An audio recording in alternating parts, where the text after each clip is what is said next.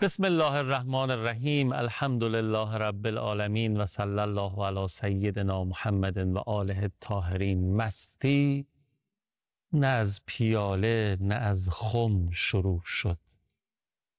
مستی نه از پیاله نه از خم شروع شد. از جاده سه‌شنبه شب قم شروع شد. الحمد لله رب العالمین. سلام هم نفسای یاد خدا. الهی که خوب باشین. خیلی خوش آمدید به سه‌شنبه های یاد خدا. انشاءالله که اینجا به شما خوش بگذره. به دعای شما ما در این سه‌شنبه شب هم زائر امامزادگان امامزاده ابراهیم و محمد علیهم السلام هستیم در نزدیکی های حرم حضرت معصومه سلام الله علیها در قم و همچنین مسجد مقدس جمکران که سه‌شنبه شبها وعدگاه عاشقان و منتظران حضرت بقیت الله الاعظم ارواحنا له الفداست. انشاءالله که شما هم خیلی زود مشرف بشید به این هر سه مکان مقدس. اینجایی که هستیم حرم حضرت معصومه، مسجد مقدس جمکران، به برکت صلوات بر محمد و آل محمد. اللهم صل علی محمد و آل محمد و عجل فرجهم. بفرمایید. اللهم صل علی محمد و آل محمد و عجل فرجهم. خب سه‌شنبه های یاد خدا، یه خاطر شریفتون باشه، ما از 2 هفته قبل تر شروع کردیم بحثمونو. سیره انبیا از منظر قرآن کریم بود و هست. زاجای سفاریان عزیز سلام خیر مقدم. بسم الله الرحمن الرحیم و بهین نستعین. علیکم السلام و رحمت الله. مخلص ارادتمندی مفتخریم در محضر نورانی دو امامزاده بزرگوار نوادگان حضرت موسی بن جعفر نایب الزیاره همه بینندگان عزیز هستیم. انشالله که خداوند متعال رزق و روزی زیارت ما در این دنیا و شفاعت ما در اون دنیا انشالله از این خاندان کرم رو بیش از پیش گسترده کنه. در خدمت مبارکتون هست. زنده باشید، محبت دارید. ما خدمت شما هستیم و باعث افتخارمونه. بله، ما نکته‌ای که عرض کردیم این بود که یک سیر واحد بین حرکت همه انبیا علیهم السلام وجود داشته در مسیر هدایت و اون این بوده که این بزرگواران 2 دست هدایتگری داشتن. یک دست به وسیله کتاب و بینات هدایت صورت می گرفته و یک دست شمشیر و داغ. و این مسئله عربی که آخر و دوا الکی، بالاخره یه جاهایی عمل جراحی لازمه، هرچند که عمل جراحی دردآور، خونریزی داره، خیلی جالب نیست، ولی دیگه آخرین مسیری است که برای اصلاح جامعه پیش روی نبی قرار دارد. من تعبیرش فهمید حدید. بله، و انزلنا الحدید فیه بأس شدید. بله. حالا اگر اجازه بفرمایید خواستم از مرحوم امام این سیر بله رحمت الله علیه انشالله که میهمان اجداد طاهرینشون باشن این عبارت ها رو بخونم. ایشان در 23 مرداد سال 66 این فرمایشات رو فرمودن. ما فرض میکنیم اینی که گفته میشود که بعض انبیا قیام برای اقامه عدل نکردند، همان موعظه کردند، همان صحبت کردند. ما فرض میکنیم این حرف که جنگ نکردند اینها صحیح باشد. اما مقدس ترین چیزهایی که برای کفار بوده است بت‌ها بودند. اگر ابراهیم خلیل الله ما فرض کنیم هیچ کاری نکرد جز اینکه عصایش را کشید و بت‌ها را شکست، مقدس ترین چیزی که پیش بت پرست ها بود این بود. این قیام بر ضد آنها نیست. بنابراین این حرف غلط که حضرت عیسی سلام الله علیه فقط موعظه کرده، فقط نصیحت کرده، یا حضرت موسی علیه السلام همان کارهای مختصر را، این حرف ها چیست؟ این مسئله‌ای بوده که در تمام ایام در تمام دنیا از صدر عالم تا حالا بوده و تا آخر هم خواهد بود که هر کس قیام کرد برای اینکه عدالت ایجاد کند، حکومت عدل ایجاد کند، سیلی خورده است. بعد خودشون میفرمان ابراهیم خلیل الله تاوان را پس داد، انداختنش تو آتش. موسی کریم الله داد و رسول خدا و امیرالمؤمنین آن همه شدت کشیدند و ائمه ما آنقدر سختی کشیدند برای آن که در نظر داشتن حکومت عدل ایجاد کنند. اگه خاطرتون باشه مسیری که ما در صحبت هامون طی کردیم از هفته آغازین که محضر منور و پربرکت امامزادگان سوگوار و این جلسه نورانی بودیم، این بود: انبیا رو خداوند متعال فرستاده برای هدایت بشر. بله. انبیا برای هدایت بشر کارخانه انسانسازی تشکیل میدن. بله. این کارخانه انسانسازی جامعه دینی است. حالا این جامعه دینی با موانعی روبروست در مسیر هدایت. این موانع رو انبیا به دو روش از پیش راه خودشون برداشتن. گاهی به وسیله بشارت، به وسیله هدایتگری با کتاب الله بوده، گاهی با مبارزه، با سعی، با تلاش بوده. این همچنانی که در سیره مبارکه انبیا چنین است، در سیره معصومین علیهم السلام هم همچنین بوده. بله. شما نبی مکرم رو نگاه کنید، بعد از آن که هجرت صورت میگیره و نبی مکرم به مدینه میان، خب چقدر جنگ ها و غزواتی که در زمان حکومت نبی مکرم پدید آمده، حالا یا با مشرکان مکه بوده یا با یهود اطراف مدینه بوده، یا زمان حکومت آقا امیرالمومنین صلوات الله علیه رو نگاه کنید. خب تا زمانی که مردم پای کار امیرالمومنین بودن، اگه یادتون باشه آیه که خوندیم جلسه پیشی بود: چه بسیار پیامبرانی که بر گرد آنها ربیون کثیر مقاتله می کردند، سستی نمی ورزیدند، ضعیف نمی شدند، به زانو در نمی مدند. تا زمانی که این آدم ها دور آقا امیرالمؤمنین بودن، حکومت آقا امیرالمؤمنین برقراره و هرچند که در این جنگ ها مقاتله میکنه با دشمنان داخلی و خارج حکومت خودش، وقتی آدم های پای کار دور علی رو خلوت میکنن، اون دوران مظلومیت آقا امیرالمؤمنین کم کم داره شروع میشه. دورانی است که تحت عنوان غارات سرحدات مملکت اسلامی و حکومت آقا امیرالمؤمنین مورد غارت و تجاوز قرار میگیره و حالا حضرت که نمیتونن تنهایی به جنگ برن، هرچه آدم ها رو فرا میخونن به این قتال و مبارزه، آدم ها نمیان. ببینید ما مدل تربیتی دینیمون از خانواده شروع میشه. من خواهش میکنم از والدین گرامی بچه ها رو در ناز و تنعم بیش از حد بزرگ نکنیم. این خیانت به تربیت بچه است.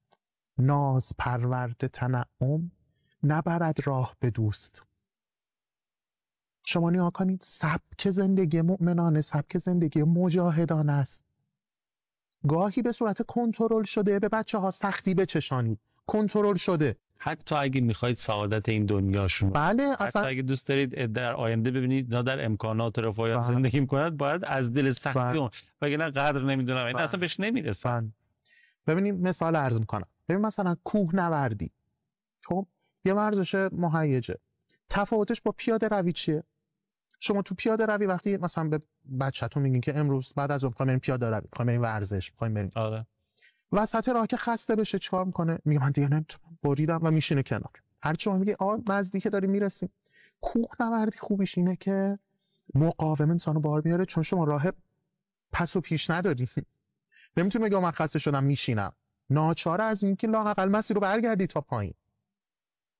تربیت در بعد خانوادگی از همان ابتدای طفولیت و کودکی باید با سختی های کنترل شده باشه. آقایان نوجوان ها و جوان ها به خودتون سختی های کنترل شده بچشانید. این اردوهای جهادی نعمت برای اصلا مدل تربیتی، یعنی جا داره که ما بشینیم و کاملا اینو واکاوی مدل تربیتی کنیم. از تو دل این هاست که یهو چمران در میاد. ببینید این شهید بزرگوار، شهید یحیی سنوار، خب کالبد شکافی میکنم میگن آقا این 3 شبانه روزه که هیچی نخورده. ببین این آدم یه جایی تمرین کرده به این مرحله از استقامت رسیدن رو. ما از کودکی، از دوره نوجوانی، جوانی، مدل تربیتیمون باید مدلی باشه که آدم‌ها در ناز و تنعم نباشن، در پیکار باشن، در سختی باشن، در مبارزه باشن، مقاوم بار بیان. عرض می‌کنم حتی برای رسیدن به حاجات دنیاییش، همونجوری که یه آقا پسری برای اینکه کلش شنگ رو بیاد میره باشگاه، به خودش رنج میده برای رسیدن به گنج، اون گنج مد نظرش. ببینید آدم هایی که میخوان حتی به مثلا تربیت بدنی به یه حد و این مستوای خوبی برسن، در سختی پدید میاد. یعنی تو ورزش میگن اون لحظه که شما میگی نمیتونم، تازه داره پرورش عضله شروع میشه. اصلا تو دنبال زیبایی، بعضیا میرن زیبایی اندام، بعضی زیبایی صورت، عملهای زیبایی میکنن، هزار جور بلا سر خودشون میارن که قشنگتر بشن. مثلا میدونید چی میگم؟ یعنی هر چیز انگار مورد پسندی از دل سختی خلاصه به دست میاد. غیر از اینه؟ و جالب اینه که حتی اولیاء طاغوت هم همین ماجرا رو دارن. یعنی اینجوری نیست که مثلا ما فرض کنیم که خیلی خب جریان طاغوت داره کاملا در ناز و تنعم میاد جلو، اونم داره هزینه میده، اونم داره سختی میکشه، ولی در مسیر ظلمت خودش. از قدیم گفتن هر چقدر پول بدی آش بخوری، هر چقدر بیشتر تلاش، اونی که بیشتر تلاش کرده، وقت گذاشته، از من حیث المجموع به نتیجه خواهد رسید در نهایت. از جمله تو صحنه قتال هم همینطور. مثلا میگم اگه ما فقط نشستیم دعا کردیم ولی هیچ تمهیدی نکردیم به لحاظ علمی، به لحاظ اقتصادی، به لحاظ نظامی، خب ولی او دعا و اینا رو نکرد، ولی اومد عملا خودش رو تجهیز کرد. نمیتونیم ما انتظار داشته باشیم فقط به این اکتفا کنیم. لیس للانسان الا ما سعی دیگه. به خاطر همین قرآن دستور فرموده که تجهیزات نظامی خودتون رو به حدی برسونید که بازدارندگی ایجاد میکنه. و اعد لهم ما استطعتم. خیلی خوب. ببخشید من یه وقتا اینجوری اختیار داریم پا برهنه میام فصل استفاده میکنم. زنده باش. بریم برگردیم زد. بفرمایید خدمت از ماست. بفرمایید. حالا بریم سراغ قرآن ببینیم که قرآن راجع به این دشمن تراشی چی میگه. خداوند متعال دو جای قرآن این عبارت رو داره که کذالک جعلنا لکل نبی عدوا. من خودم پیامبرا رو فرستادم برای هدایتگری. بله. خودم جلوی راهشون دست انداز قرار میدم. کذالک جعلنا لکل نبی عدوا. من خودم مقابل جریان ایمانی، جریان هدایت، مقابل هر پیامبری دشمن تراشیدم. دشمن تراش خداست. کذالک جعلنا لکل نبی عدوا شیاطین الجن والانس. و خودش هم گفته هر دو نوعش هم هست. یوحی بعضهم الی بعض زخرف القول غرورا. و اینو با هم فکری میکنن. شنیدیم میگم مثلا فلانی شیطون رو درس میده. آره. این دقیقا همین جوریه. یوحی بعضهم الی بعض، یعنی گاهی آدم ها به یه حدی از تاریکی میرسن، در روایات ما هم هست که شیطان تاریکی رو از اون میگیره. اتفاق عجیبه. و این طراحی صحنه رو خدا انجام داده. جعلنا لکل نبی عدوا. ما قرار دادیم. آره ما قرار دادیم. از هر دو نوعش هم قرار دادیم. هم شیطون انس قرار دادیم، طاغوت.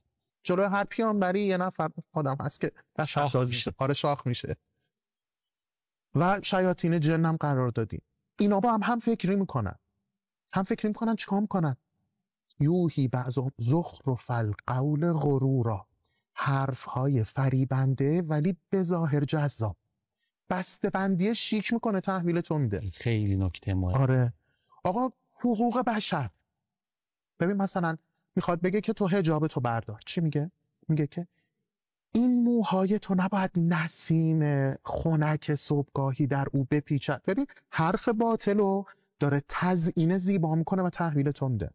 حالا سوال اینه که خب خودت چرا این کارو میکنی؟ مگه خودت انبیا رو نفرستادی برای هدایت؟ آره. مگه خودت کتاب و بینات و شمشیر و اینها رو با پیامبرا فرو نفرستادی؟ خب چرا دست انداز جلو راهشون ایجاد میکنی؟ برگردیم به همون مثال تقویت عضلات جسم. شما اگر سختی مانع سر راهتون نباشه، اصلا این عضلات پرورده نمیشن. برای اینه. آره. میفرسته باشگاه شما رو در واقع. دقیقاً همینطوره. یعنی سختی به شما میچشانه برای اینکه محک ایمان شما مدام قوی تر بشه. این ایمان درجه بالاتری کسب کنه، تو این مقابله و قتال شما پرورش ایمانی بیشتری پیدا کنید، پیکره ایمانیت بیشتر پرورش پیدا با ورزیده تر. بله، این تو این تقابل رخ میده. بنابراین از اون ابتدا مقابل جناب هابیل قابیل و قرار داد. الله اکبر. و این ماجرای نبرد حق و باطل در طول تاریخ ساخته. یعنی اینجوری نبوده که گاهی مثلا آدم میشنوه یا مثلا صبح پیچ رادیو رو باز میکنه، از همکاران محترم شما میگن که بله ایشالله یه روزی بیاد که همه در صلح و ببین اون روزی بیاد که همه در صلح و آسایش و آرامشن. اگه منظورتون ظهوره، بله انشالله اتفاق خواهد افتاد، چون پایان تاریخ دیگه و این حق قراره که گسترده بشه در پهنه هستی. اما قبل از اون اصلا چون این اتفاقی نخواهد افتاد که خوشی، نمیدونم آسایش، آرامش، اتفاقا اون چه که آیات روایات میگن روز به روز بیشتر میشه تا ظهور. بله، هر دو جنبه، یعنی جنبه نور و جنبه ظلمت، هر دو دارن قوی تر میشن تو عالم. یعنی نزاع هی بالاتر. بله، برای اینکه قراره که به اون نزاع نهایی و اون جنگ پایانی طبیعیه که شیطان هی داره زور میزنه که نذاره به در واقع اون زور محقق شه و بیشتر تلاش میکنه، ابزارش هم بیشتر میشه. این خیلی نکته عجیبیه که فرمودی. مرحوم امام در مجلس سوگواری شهید مطهری رحمت الله علیهما یه فرمایش خیلی عجیبی دارن. ایشون میفرمان که این است که در حدیث آمده لا یزال یؤید هذا الدین بالرجل الفاجر. ترجمه این حدیث چیه؟ همواره دین حق تأیید و کمک میشه با آدمی که این آدم ناپاکه. خیلی عجیبه. یعنی فرعون فکر میکنه که داره دست خدا رو خط میزنه، داره برنامه خدا رو به هم میریزه تو عالم، در حالی که کاملا داره برنامه خدا رو پیش میبره. پازل رو داره کامل. آره. یعنی این مخالف خونه صحنه خداست، به قول اصحاب تعزیه و هنر نمایشی، مخالف خونه صحنه خداست. کذالک جعلنا لکل نبی عدوا. من خودم تو رو گذاشتم ولی تو نمیدونی. حالا ببینی مرحوم ما فرمودن با مردهای فاجر به اراده خدا این دین ما تأیید می شود. و مثال میزنن، میگن ببین انا مثلا شهید مطهری وقتی که از دنیا میره، اون افرادی که شهید مطهری رو بین بردن فکر میکنن که خب مثلا یه مانعی ایجاد کردن در مسیر حق. بعد مرحوم امام فرمان که نهضت ما زنده شد، تمام اقشار ایران باز زندگی از سر گرفت. اگر نبود شهادت این مرد بزرگ، اگر مرده بود این مرد بزرگ در بستر خودش، این تأیید نمیشد، این موج بر نمیخواست. شما نگاه کنید بعد از شهادت مرحوم حاج قاسم، بعد از شهادت یحیی سنوار، بعد از شهادت مرحوم سید حسن، اون بیداری که تو نهضت و اقصا نقاط عالم اتفاق میفته کاملا بیشتر شده. مقاومت انگار آبیاری شده به خون این بزرگوار. به خاطر همین آدم ها فکر میکنن که دارن مانع ایجاد میکنن در مسیر هدایت، اتفاقا کاملا برعکسه. این نهال داره آبیاری میشه، انشالله تنومند بشه، انشالله این پرچم به دستان رهبر معظم انقلاب به دست با کفایت حضرت صاحب برسه، باشیم انشالله اون روز رو ببینیم.